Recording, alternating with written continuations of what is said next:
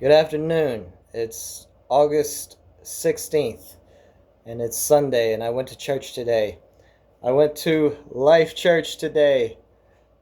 It's where I was baptized, um, and that's been my home church for several years now.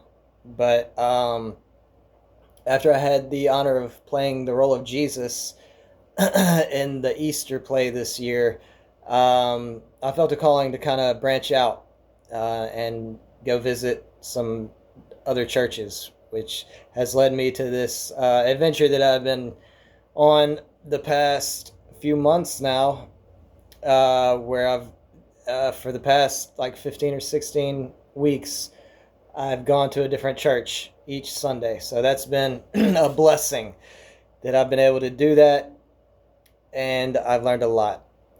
So, Pastor Dallas had a great message today, um, talking about your struggle is not your identity. He had this really cool metaphor where he was saying tape measures don't always match. He was like, had this whole like illustration about, how you can buy a cheap tape measure and put it up with like a really good tape measure, and they don't always match.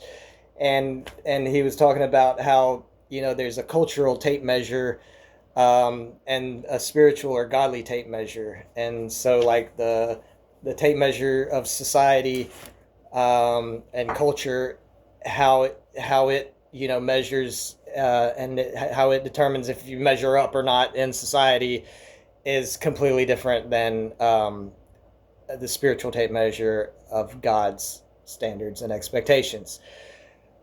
So of course, none of us really measure up to God's expectations, but it's our responsibility to give our best. And I'm here to say I'm not always, even when I feel like my head's in the game, that I'm in a good alignment. I look at some things. I go back and watch some YouTube videos and stuff that I put up, and I'm like, and I see, recognize like the kind of idolatry in my life, the kind of misalignment in certain places, and I realize that I have so far to go, and we all do, but God is a forgiving God, and I just thank the Lord for that.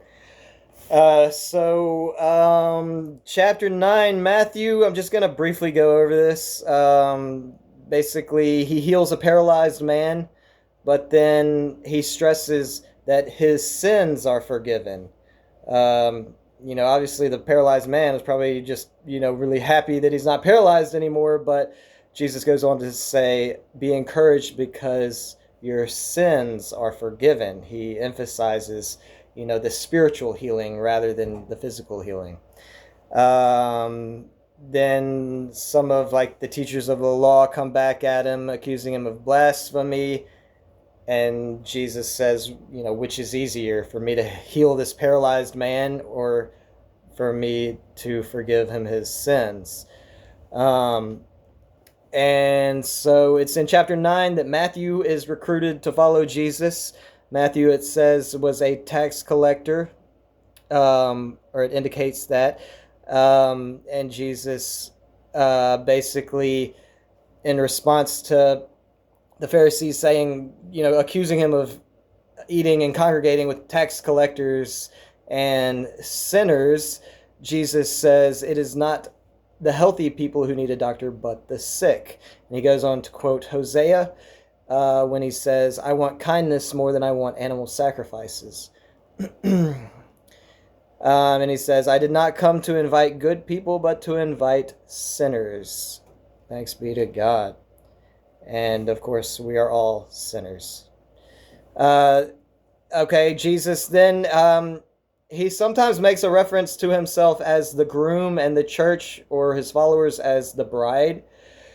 Uh, uh, so it's like this metaphorical union. And he says the friends of the bridegroom are not sad while he is with them, but the time will come when the bridegroom will be taken from them, and then they will give up eating. So right there we have a reference to fasting. And really, it's an instruction, because he's saying that when he's not here, which is now, um, then they will give up eating. So to me, that's an instruction to that we should be, as Christians, on some kind of a fasting regimen, and practicing fasting to some degree.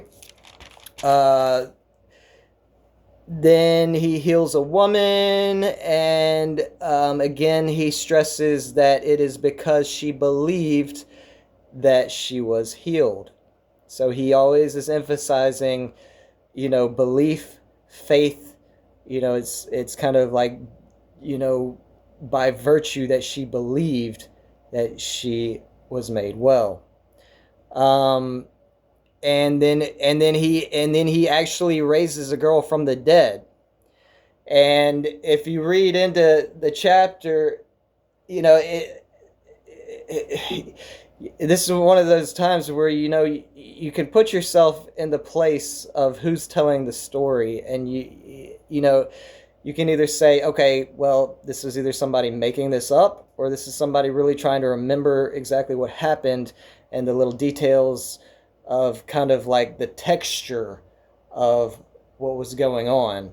And so when I read into some of these details, like the people laughed at him after the crowd had been thrown out of the house. Jesus went into the girl's room and took hold of her hand, and she stood up. The news about this spread all around the area. Like, it's so detailed.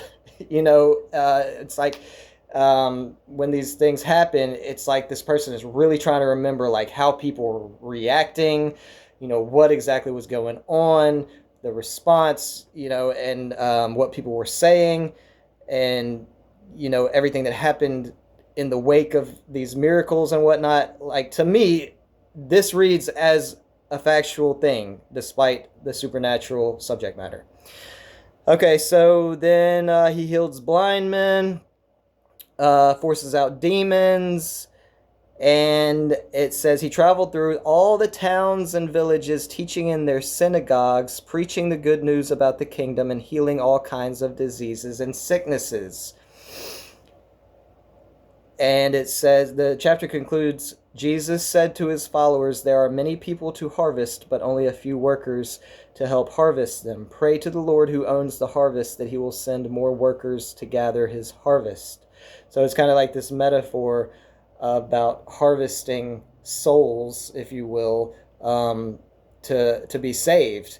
And then this kind of speaks to what we find later on at the end of the chapter with Jesus' Great Commission, sending out his followers into the world to make disciples in all the world. So we'll pick up there next time. God bless you. Have a great week. Love you. Bye.